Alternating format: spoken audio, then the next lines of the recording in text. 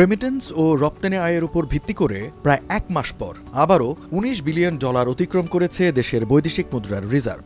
12 December Bangladesh ব্যাংকের হালনাগাদ প্রতিবেদনে এই তথ্য উঠে আসে।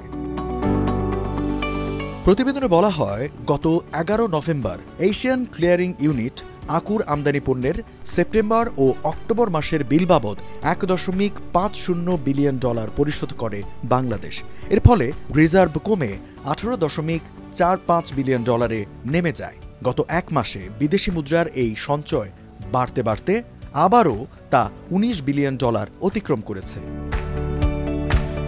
আন্তর্জাতিক মুদ্রা তহবিল IMF এর হিসাব অনুযায়ী বর্তমান রিজার্ভ $19.20 বিলিয়ন হলেও বাংলাদেশ ব্যাংকের হিসাবে তা $24.75 বিলিয়ন। বিশ্বব্যাংকের ঋণ পেলে চলতি ডিসেম্বর মাসেই রিজার্ভ $20 বিলিয়ন ছাড়াতে পারে। এদিকে বর্তমানে ব্যয়যোগ্য রিজার্ভ প্রায় $15 বিলিয়নের কাছাকাছি। কোনো একটি দেশের ন্যূনতম 3 মাসের আমদানি খরচের সমান রিজার্ভ থাকতে হয়। সেই মানদণ্ডে এখন বাংলাদেশ শেষ প্রান্তে রয়েছে।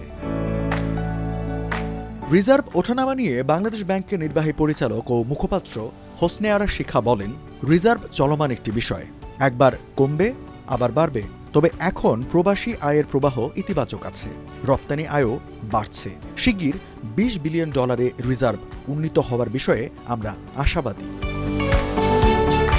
বিগত সরকারের সময় IMF এর BPM 6 ম্যানুয়াল 6 অনুযায়ী দুবার $19 বিলিয়ন নিচে নামে বৈদেশিক মুদ্রার রিজার্ভ। সে সময় বৈদেশিক ঋণ ও বিভিন্ন বাণিজ্যিক ব্যাংকের কাছ থেকে ডলার ক্রয়ের মাধ্যমে আবার রিজার্ভ বাড়ায়।